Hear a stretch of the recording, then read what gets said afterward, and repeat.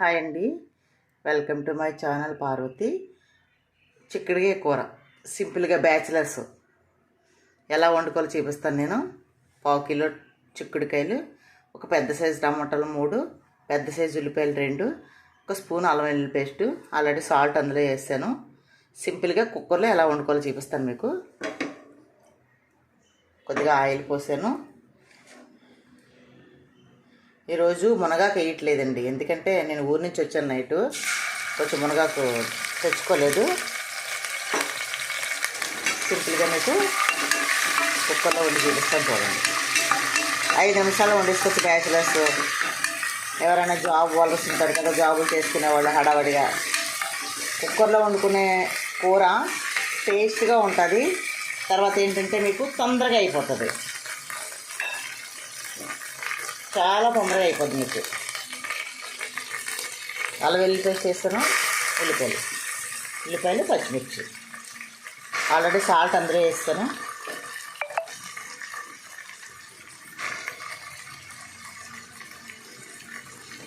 ఎవరైనా కానీ 5 నిమిషాల్లో ఇలాగే సేమ్ అరటికాయ టమాటా వండుకోవచ్చు, వంకాయ టమాటా వండుకోవచ్చు. 5 నిమిషాల్లో మీకు అయిపోయే కూరలు ఇవే. మెయిన్ బ్యాచిలర్స్కి సింపుల్గా బ్యాచిలర్స్ వండుకునే కూరలు ఇవన్నీ, హడావిడిగా జాబ్ చేసుకున్న వాళ్ళకి. ఓకేనా, ప్రతి ఒక్కరు చూడండి ఇలా సింపుల్గా వండుకోండి.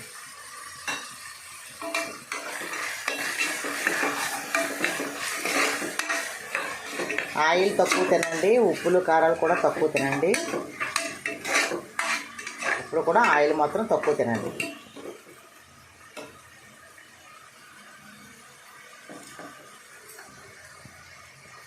చూసారా, కొంచెం ఏగితే సరిపోతుంది.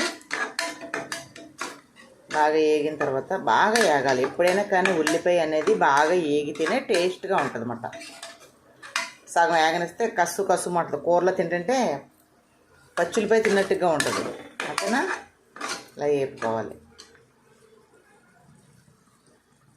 మీ అందరికీ ఒక విషయం చెప్తున్నానండి నేను, అంటే అందరికీ కాదు, కొంతమంది మగాళ్ళ గురించే చెప్తున్నాను నేను. ఎందుకంటే ఇప్పుడు టీవీల్లోనే చూస్తున్నాం కదండి, మనం టీవీలోనే బయట ఇక్కడ చెప్పుకోవటం వింటున్నాము, టీవీల్లో చూస్తున్నాము రకరకాల. నిన్న కూడా చూసారా, ఒక అబ్బాయి వాళ్ళ మిస్సెస్ని చంపేసి కుక్కర్లో ఉడకబెట్టేసాడటండి. వాడు ఎంత మూర్ఖుడో చూడండి. అలాంటి మూర్ఖులు ఇంకా అక్కడక్కడ ఉంటారు కాబట్టి వాళ్ళ కోసం నేను చెప్తున్నాను. ఎప్పుడైనా కానీ పెళ్ళి అయిన తర్వాత మీ భార్యే, అమ్మైనా అక్కయినా చెల్లైనా ఫ్రెండ్ అయినా అన్నీ కూడా మీ భార్య అండి. కష్టం వచ్చినా సుఖం వచ్చినా ఆడది ఎలాంటిదైనా సరే కానీ చిన్న మాటకే సంతోషపడుతుందండి. మీరు అన్నీ షేర్ చేసుకొని మీ వైఫ్ తోటి కష్టం సుఖం, మీకు బయట ఏదైనా బిజినెస్లో లాస్ వచ్చిందనుకోండి, ప్రతిదీ కూడా షేర్ చేసుకోండి. మీకన్నా ఎక్కువ మీ గురించి ఆలోచిస్తూ ఉంటుంది. అంతేగాని నేనేదో చేసేస్తున్నాను, నేనేదో సంపాదించేస్తున్నాను, లేదంటే నా పని నేను చేసుకుంటున్నాను, ఇది ఇంట్లోనే ఉంటుంది, దీనికి ఏం తెలుస్తుందిలే అని మాత్రం ఒక పక్కన పెట్టకండి. రేపు పొద్దున మీకు కష్టం వచ్చినప్పుడు వినటానికి ఏం జరిగిందో తనకు చెప్పకపోతే తనకు ఎలా తెలుస్తుంది చెప్పండి. ముందుగానే ఏదైనా సరే కష్టం వచ్చినా సుఖం వచ్చినా ప్రతిదీ కూడా మీ భార్యకి చెప్పండి. చెప్పలేదనుకోండి ఎలా ఉంటుంది అప్పుడు? రేపు పొద్దున కష్టం వచ్చినప్పుడు వినటానికి ఇంట్రెస్ట్ ఉండదు తనకి. ఫస్ట్ నుంచి చెప్తూ ఉంటే మీకన్నా ఎక్కువ ఆలోచిస్తుంది దానికి. తర్వాత ఆర్గనైట్ ఏంటన్నది తను ఆలోచిస్తుంది. అంతేగాని మీరు నేను సంపాదించేస్తున్నాలే నా భార్యకి తెలకూడదు అంటే ఇంకా వాళ్ళకి ఎప్పటికీ ఏమీ తెలియదండి. భార్య అంటే ఏంటంటే పార్ట్నర్, మన బిజినెస్ పార్ట్నర్ ఎలాగో లైఫ్లో పార్ట్నర్ అనమాట.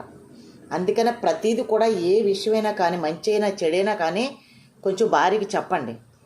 ఓకేనా, చెప్పకపోతే వాళ్ళకి ఏమీ తెలియదండి, ఎప్పటికీ తెలియదు. ఇంకా అలాంటి వాళ్ళు ఇంట్లో చాలామందిని చూశాను నేను.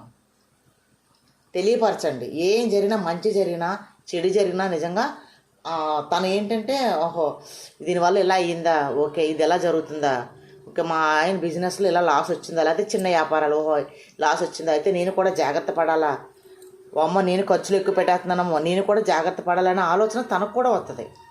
ఓకేనా, అలా చేయండి. ఉల్లిపాయ వేగిపోయింది కదా, అప్పుడు మనం చిక్కుడుకాయలు టమాటాలు అన్నీ కలిపి వేసుకోవచ్చు అన్నమాట. చిక్కుడుకాయలు అండి నిన్న ఎంత ఫ్రెష్గా ఉన్నాయంటే భలే ఉన్నాయండి కాయలు. ఇవి కూడా ఒకసారి ఆల్రెడీ మొన్న వండాను, మటన్లో వేసి వండాను కదా, ఇట్టే ఉడికిపోతున్నాయండి. చిక్కుడుకాయలు ఇట్టే ఉడికిపోతున్నాయి. చాలా సింపుల్గా వండేసుకోవచ్చు కర్రీ. ప్రతి ఒక్కరు కూడా ట్రై చేయండి, ఓకేనా? ప్రతి ఒక్కరు కూడా సింపుల్గా వండుకోవడం ట్రై చేయండి. బయట ఫుడ్కి అలవాటు పడకండి, హెల్త్కి మంచిది కాదు. పిల్లల ఆరోగ్యాలు పాడైపోతున్నాయి. ఎందుకంటే టేస్టింగ్ సాల్ట్ అవి వాడేస్తున్నారండి బయట, టేస్ట్ రావడం కోసం. టేస్ట్ అనే పేరు టేస్టింగ్ సాల్ట్లోనే ఉంది కదా. టేస్టింగ్ సాల్ట్ అంటే ఏంటి? ప్రతిదీ మనం ఏదైనా బాగున్నప్పుడు టేస్ట్ బాగుంది అంటామా, ఆ బాగోవడం కోసం టేస్టింగ్ సాల్ట్, ఓకేనా? ఎప్పుడైనా కానీ బయట ఫుడ్లు అస్సలు తినకండి. తప్పనిసరి పరిస్థితిలో వస్తే తినాలి, తప్పితే ఏ హాస్పిటల్లో ఉన్నప్పుడు ఇంకా తప్పవు కదా. అలాంటప్పుడు సడన్గా చుట్టాలు వచ్చినప్పుడు మాత్రం అలాంటప్పుడు మనం తినాలి. కానీ అస్తమాను కూడా బయట తినకండి. బయట ఫుడ్ అంత మంచిది కాదు. ఒక 5 నిమిషాలు మూత పెట్టుకోండి, కారం వేసి మూత పెడతారు.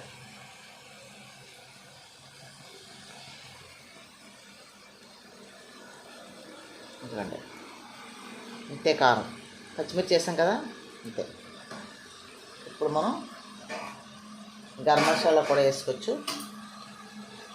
కొంచెం గరం మసాలా వేసుకుంటే బాగుంటుంది అన్నమాట. అవసరం లేదు, కాకపోతే ఏంటంటే కొంచెం ధనియాలు జీలకర్ర కాబట్టి వేసుకోవచ్చు. ఇప్పుడు ఒకసారి కలిపేసి మనం మూత పెట్టుకోవచ్చు.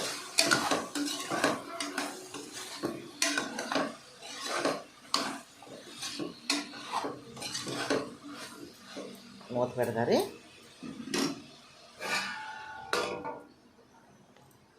మాకు తెలుసున్న వాళ్ళు ఒక ఆయన ఏం జరిగిందంటే అండి, పక్కింట్లో ఒక ఆమె పెద్ద టీవీ కొనుక్కుందటండి. వాళ్ళ ఆడపడుచు గారు ఎవరో దుబాయ్లో ఉన్నారని చెప్పేసి వాళ్ళు పెద్ద టీవీ కొనుక్కున్నారట. అక్కడి నుంచి పంపించారన్నమాట. 80,000 ఎంత అంట టీవీ.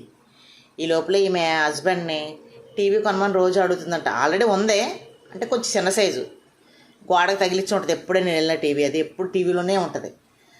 అయితే టీవీ కొనమని అడిగిందట. అడిగితే ఉంది కదా అంటున్నాడని చెప్పేసి కావాలని టీవీని పాడు చేసిందండి ఇవిడి. అయితే వాళ్ళ హస్బెండ్ అప్పటికే ఇంటి దగ్గర చెప్తే ఇబ్బందులు పడతారని చెప్పేసి బట్టల మూట అమ్ముతాడనమాట. చాలా ప్రాబ్లమ్స్లో ఉన్నారు పాపం వాళ్ళు. ఆ బట్టల మూట అమ్మడం అంటే ఎలా తెలుసు కదా, ఉదయం నుంచి సాయంత్రం వరకు సైకిల్ తొక్కుని తిరుగుతాడు. కావాలని చెప్పేసి ఇది ఏం చేసిందండి, టీవీ పగలగొట్టింది. గాలి వాన పడిపోయిందనో ఏం చెప్పిందో తెలదో, మొత్తాన్ని నిలిటే టీవీ ఓ పక్కనే ఒరిగిపోయిందన్నమాట. అయితే వాళ్ళ హస్బెండ్ ఆ ఒరిగిపోయింది ఊరుకుందా, ఇప్పుడు నాకు టీవీ తేకపోతే నేను పుట్టింటికి వెళ్ళిపోతాను. గొడవలు, ఇంట్లో వంట చేయకపోవడం, పెద్ద పెద్ద రచ్చ. వాడు ఏం చేశాడు, మూటలో ఉన్న సరుకంతా అమ్మేసేసి ఫైనాన్స్ వేసి టీవీ తెచ్చాడంట. 3 ఫైనాన్స్లు అయినాయి అటండి. నెలకి 2,000 అంతా కట్టడానికి అనుకుంటాను, నాకు తెలీదు.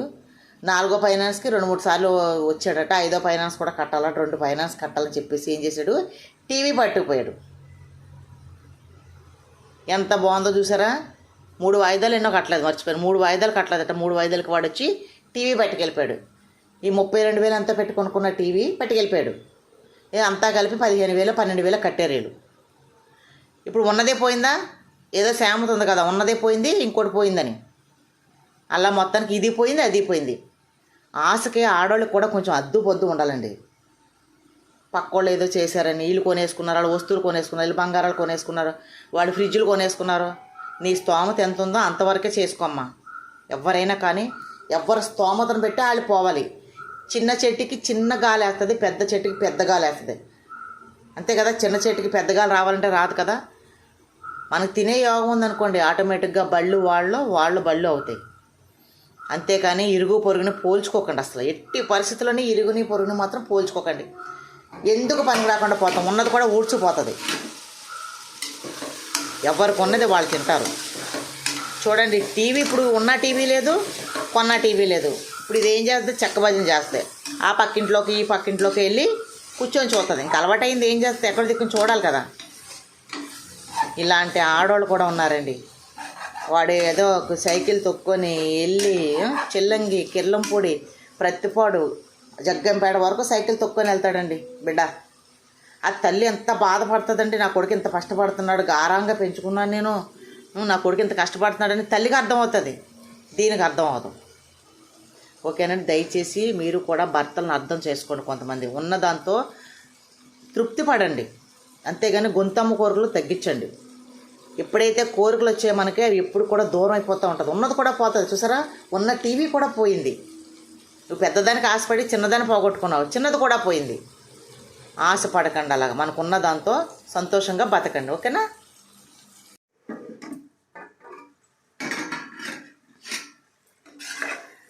చూసారు, ఇలాగా టమాటా మగ్గిపోయింది.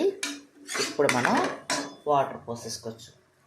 ఎక్కువ అవసరం లేదు, కొంచెం అంతే. మరి పలచగా అయిపోద్ది, కుక్కర్లో ఆవిరి అందులోనే ఉండిపోద్ది కదా. మీకు నీళ్ళు కొంచెం పలచగా కావాలనుకోండి, ఇంకొంచెం వాటర్ పోసుకోండి. మాకైతే కొంచెం ఇలా కూర కొంచెం పొడి పొడి ఆడుతూ ఉండాలన్నమాట.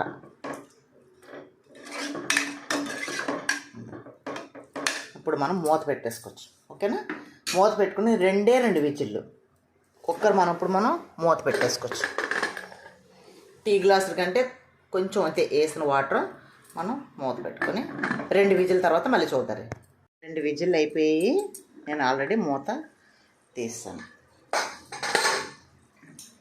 చూసారండి, టమాటా చక్కగా పేస్ట్ కింద అయిపోయింది. ఇంకా కూర కూడా జ్యూసీగా వచ్చింది. చూసారా, ఇది చపాతీలోకి పుల్కాల్లోకి దేంట్లో అయినా తినచ్చు. తర్వాత ఇంకోటి ఏంటంటే, ఈ కర్రీ మిగిలింది అనుకోండి, ఫ్రిడ్జ్లో పెట్టకపోయినా రేపు కూడా ఇలాగే ఉంటుంది. కుక్కర్లో వండింది తొందరగా పాడు అనమాట. తడి తగలకుండా కంటైనర్ బాక్స్లో కొంచెం పెట్టుకుని బయట పెట్టుకున్నా రేపు కూడా ఇలాగే ఉంటుంది మీకు. సపోజ్ 4 పిల్లలు ఉన్నారనుకోండి, స్టూడెంట్స్, మీరు ఏం చేస్తారంటే ఇంత కర్రీ వండుకొని చక్కగా ఉదయాన్నే కొంచెం అన్నం వండేసుకొని ఇది 2 పూటలో తినచ్చు. ఏమైనా కర్రీ మిగిలిపోతే ఉదయాన్నే కొంచెం అన్నం వండేసుకొని టిఫిన్ బదులు అన్నంలో ఈ కూర కలుపుకొని తినేసి ఆఫీసులకు వెళ్ళిపోండి, లేదా కాలేజీలకు వెళ్ళిపోండి, ఎక్కడికి వెళ్ళే వాళ్ళకి. ఓకేనా? ఇది మాత్రం చాలా బాగుంటుంది, ఇలా ట్రై చేయండి. కుక్కర్లో వండిన చిక్కుడుగా టమాటా కర్రీ జ్యూసీగా వచ్చింది. చాలా సింపుల్గా వండుకోవచ్చు. మీరు కూడా ట్రై చేయండి, చిక్కుడుగాయ టమాటో కర్రీ. ఓకేనండి? నా ఛానల్ ఫాలో అవ్వండి, సబ్స్క్రైబ్ చేసుకోండి ఎవరైనా కొత్త వాళ్ళు ఉంటే.